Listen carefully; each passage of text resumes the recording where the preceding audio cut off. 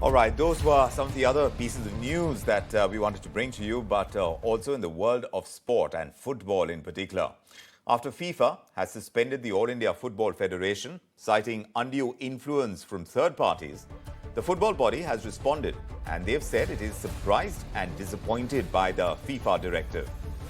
Meanwhile, the central government has moved the Supreme Court seeking urgent hearing in this case. Remember, it was only in May this year that the Supreme Court had relieved Praful Patel and the governing body of AIFF from their duties and put a council of administrators in their place. The global football body, FIFA, has noted the council's administration of AIFF as undue influence. FIFA's move has stripped India's right now to host the Under-17 Women's World Cup that was scheduled in October this year. We got a word in from the former Indian football captain, Baichung Bhutia, on this. This is what he had to say on this entire turn of events. Very unfortunate that FIFA has banned Indian football, and at the same time I feel it's a very harsh decision from FIFA to ban Indian football. But at the same time I think it's a great opportunity to get our system right. And it's very important that all the stakeholders, be it federation, state association, sports ministry, to come together, get the system right, and everybody work for betterment of Indian football. All right, let's get a perspective on this. Of course, joining us right now to understand the situation better is Charu Sharma, veteran sportscaster. Great to have you with us again, Charu. Charu, I mean, this is more than unfortunate what has happened. FIFA, of course, is football's apex body. They've banned India with immediate effects, and they've cited some flagrant violations of its statute. What has really happened here in your understanding that has ticked off FIFA as much as it has? Just a second, please. There's music behind me. This is very unfortunate. It just started out when I was not ready. Let me tell someone to... can you hear me well enough despite the music? Yes, Charu, please go ahead because the music is there, but it's not interfering so much. Go ahead. I hope not. Anyway, yes, unfortunate is the lightest word that you can use for this situation. If you go back and kind of rewind and understand why this happened is because we've been struggling for many years now, over a dozen years, to put a solid sports code in place. Now, the federations were being run the way they were being run. I'm not casting aspersions on how they were being run, but they're very thinly populated. So obviously there are management issues and, oh gosh, thank God for music. There are management issues because the federations were very underfunded and undermanned. Now, every second person, this is a very complicated world, Vikram. So I don't know, if you give me about 5 days or 5 hours, I can explain. But otherwise, the federation is not entirely at fault because, a lot of people have invested their time, effort, and energy into the running of these federations. Now, all of a sudden, because of the sports code, and there were always people who were contrary, or those who wished to dethrone those who were, running the federations, like any other administrative matter. And in the past, those who were controlling the federations or running the federations were, were somehow keeping these other forces away, for right or wrong.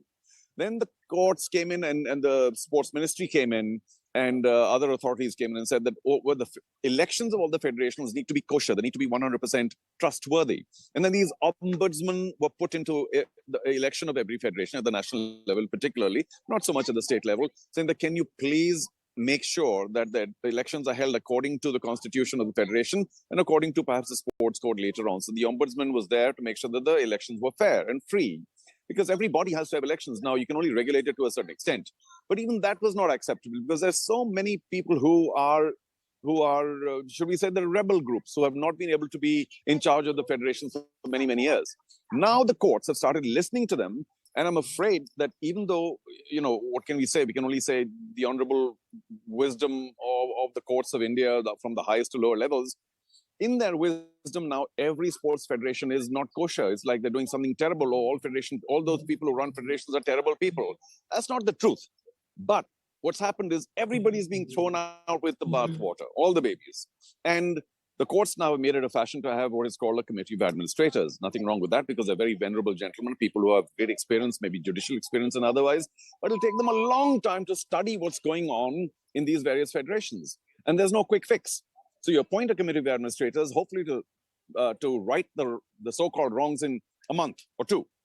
And the usual standard is that they take 6 months and sometimes a year, 2, 3, 4, and nothing really gets done. Classic case being the BCCI. Right. So it's a it's a bit of a problem here where people who are not really from the world of sport are now being put into positions of serious administrative Yes. But Charu, is power, that a problem and that they are we grappling. face? Is that a problem that we face across sporting bodies in the country, and we need to do an overall over there? Because when it comes to the AIFF, it's the first Yes. time since it was formed in the year 1937 Yeah, that well, it has actually been AIFF has banned plenty by of problems. FIFA. Yeah. Yeah, but So, I AIFF mean, this is also a has very plenty of serious problems. charge. But I'm sure when you look at it, the way this has played out, it's something that one would imagine is how many of our federations run. Would you agree? Well, it's a very complicated matter, Vikram. So we can't solve it here on this, 5-7 minute program. All I can say is that in order to try and right the so-called wrongs that are happening in federations, we can't take a hammer. We can't say everybody out. We're putting in a committee of administrators who will sort it all out.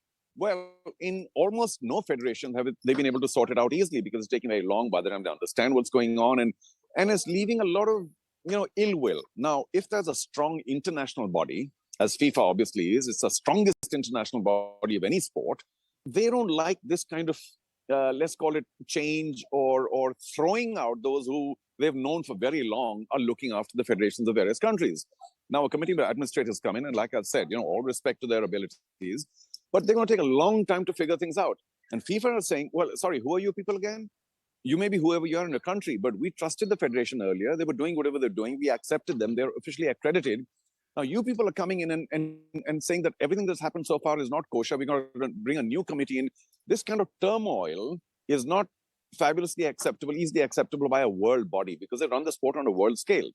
And therefore, they say we don't like these outside influences. And therefore, they say, well, till you sort yourself out, we don't want to be dealing with you, regardless of who's now the committee of administrators. So it's going to affect. We don't want to deal with you. Absolutely. So in the meantime, Charu, it's going to affect the sport in a big way. As a result of the ban already by FIFA, the Women's Under-17 World Cup is not going to be held in India until this ban is in place.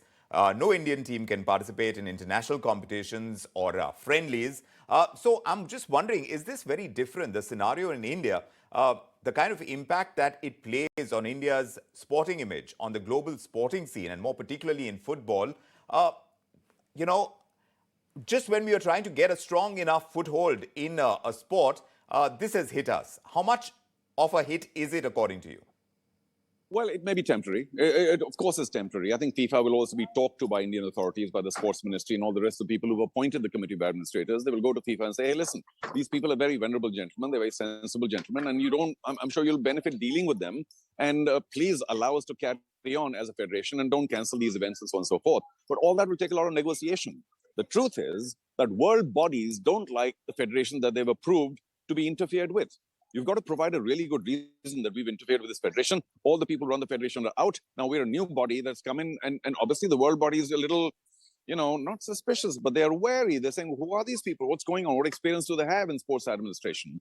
And obviously the first go-to step is, let's not deal with this country anymore. There are certain issues there where a very strong world body, which FIFA is happier, perhaps, and this is a conjecture on my part, to ban those who are less of an influence in world football. Now, if there was a major problem in England or Germany or Argentina, maybe they'd be a little wary and say, let's not ban anything here, let's kind of talk to them first. So this is a process of negotiation. There's no doubt that the committee of administrators or whoever is now involved will go to FIFA, will approach them saying, we are now in charge of this federation, however, temporarily, till the federation can have elections which are free and fair and get a new body in. Can you please deal with us and stop banning this, that, and the other? But it's a process which will take time to win the confidence of FIFA because they don't know the new committee of administrators and they will be wary. So, you have to understand the repercussions of this whole movement in India now. Sure. Where just about every federation is considered and full of people who should not be running certainly sport. Unfortunate, Charu, that it's happening at a time that the 131st Durand Cup is kicking off the Indian football season in Kolkata. So how do you think we are doing, Charu, when it comes to the domestic football scene right now, at least how much have we really grown in football in recent times, according to you? Well, I will use the phrase that the glass is half full and there's only improvement. It's only getting better in terms of standards. But, the rest of the world is also improving. They give, football is such a popular sport that many other countries in the world give it a lot of effort and time and funds. So while we may be thinking that we are, other countries are doing even more. And therefore, if you see on the world scale, our rankings are not, improving fabulously, despite the fact that there's still a lot of activity in football in India. We're still going through a bit of a churn, Vikram, because, we have this new big league. We have some earlier league, which is now the lesser league. And then we have smaller leagues, and there are these old tournaments like the Durand. But the cohesion is not quite there yet. Are our standards rising? Absolutely, because players are there. As there's a larger base at the bottom of the pyramid, players are working harder, our standards are improving. But let's not forget that the world is not stationary. People are improving at an even faster pace. So we have a really long way to go before we get the kind of cohesion in Indian football that will produce a top-level team. And till then, this whole matter of FIFA banning us and, people moving into the sport who are not from the sport, by the time they get enough inputs, because even a committee of administrators and others, they've come in because there's a rebel group that has finally won over in the courts. So there's no guarantee that the rebel groups and others who are now, of course, in conversation with the administrators are talking the right language. It's a very complicated issue. And I don't think, just a personal view, that Charu, do we even have such kind of representation that could make it to the management of these federations, these bodies? Do you think that what FIFA is looking for within the federation is something that India can actually provide in fair measure? Well, the AIFF is not a new body. And FIFA was quite happy to accept the federation as it was for all these years, despite all their internal problems and, wranglings and their election problems and what have you. So if FIFA, the world body, was happy to accept them, then of course, if you consider that there's a problem and the elections are not free and there are certain sports code matters that need to go in, I think these need to be done with a firm eye and knowledge on the repercussions. I mean, here, everything's being shoved aside very quickly. And I say once again that very venerable, respected people are being put in there. But can you imagine how long it will take? Suppose you, Vikram, are now put in charge of the Hockey Federation of India, saying, oh, you're a very venerable journalist. You will now. How long will it take you? It will take you years to understand what's going on, bring the right people. Who do you trust? Who was good? Who was bad? It takes time. And the courts are giving them 2 months sometimes. Now there's, six weeks or something to be given. Right. It's not going to happen. Right. Because, how do you completely transform an organization where people have worked really hard in their own way to keep that federation going through all the rest of the association, the state level as well? And now, I don't know what's going on here. Give me a second here. No, fair enough. Charu, we are running out of time. Yeah. But thanks indeed for joining us and giving us your perspective on this. This is clearly an issue and something that will have to be resolved soon enough if we want to save face. And perhaps as far as a sporting spectacle that football tends to be all over the world, if we want a slice of that kind of action, then as far as our federation is concerned, it has to meet international standards, and that's exactly what FIFA is asking. Have fair elections, get people who are not connected with the sport, get them out. You need international level sports people becoming part of the management of such bodies. And FIFA, of course, is now very serious about that, which is why we are seeing the kind of action they have taken. But we're out of time.